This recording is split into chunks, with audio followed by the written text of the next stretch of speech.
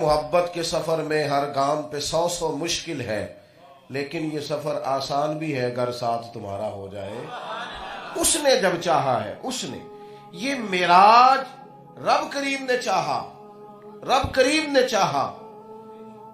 کیا خوبصورت لفظ ہے اس روایت کے کہ حضرت جبریل نے آ کے کہا، اللہ کرے آپ اس کا مزہ لیں، کہا محبوب چلیے رب کریم آپ سے ملنا چاہتا ہے۔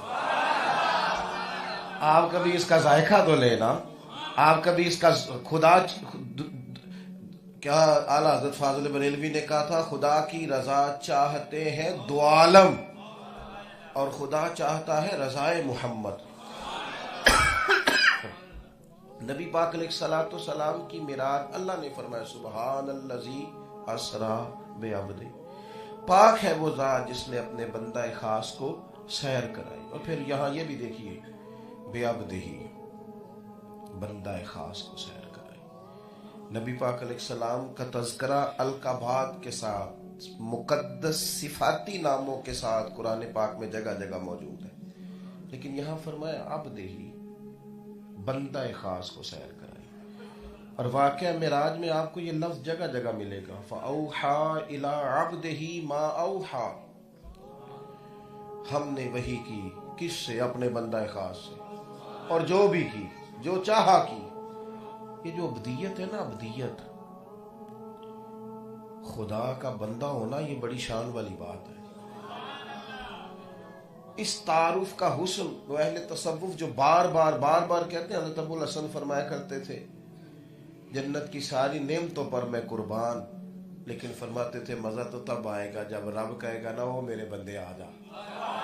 یہ جو ذائقہ، یہ جو لطف ہے نا، یہ جو حسن ہے، یہ جو مقام ہے، آپ دیکھیے نبی پاک علیہ الصلوۃ والسلام نے فرمایا مجھے میرے رب نے اختیار دیا، میں چاہوں تو نبی اور بادشاہ بن جاؤں۔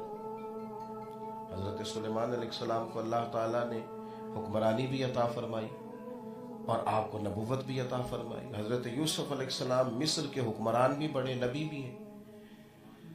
مجھے اختیار دیا گیا، میں چاہوں تو نبی اور بادشاہ بن جاؤں، اور چاہوں تو اللہ کا بندہ اور نبی بن جاؤں۔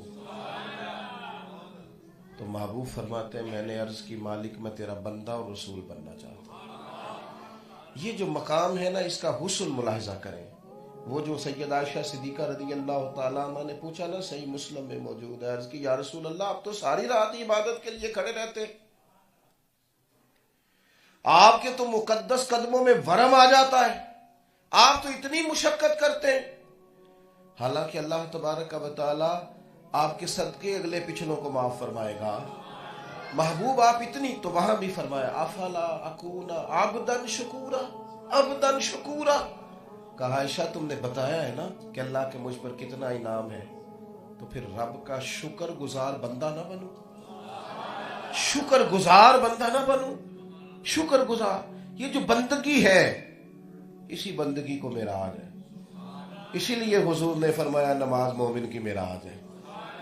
سبحان الذی اسریٰ بعبدہ۔ پھر دیکھیے پورے معراج میں نماز، پورے معراج شریف میں حضور یہاں سے گئے مسجد حرام سے تو نماز پڑھ کے گئے، مسجد اقصیٰ گئے تو جا کے نماز ہی پڑھائی۔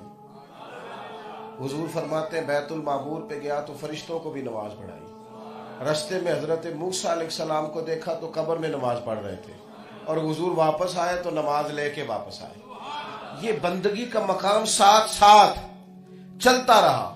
اور پھر رسول پاک صلی اللہ تعالی علیہ وآلہ وسلم فرماتے ہیں کہ جب میں مسجد اقصیٰ میں پہنچا تو تمام انبیاء موجود ہیں۔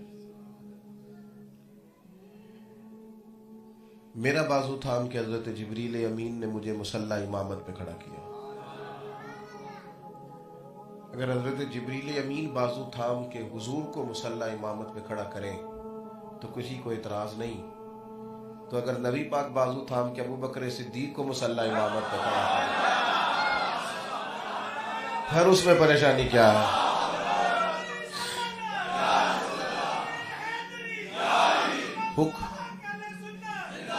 حکم دو ابو بکر کو، حکم دیا جائے ابو بکر صدیق کو کہ وہ لوگوں کو نماز پڑھائے، اور ایک دفعہ نہیں 3 دفعہ کہا رسول کریم، حکم دیا جائے ابو بکر کو، کہا جائے کہ وہ لوگوں کو نماز پڑھائے۔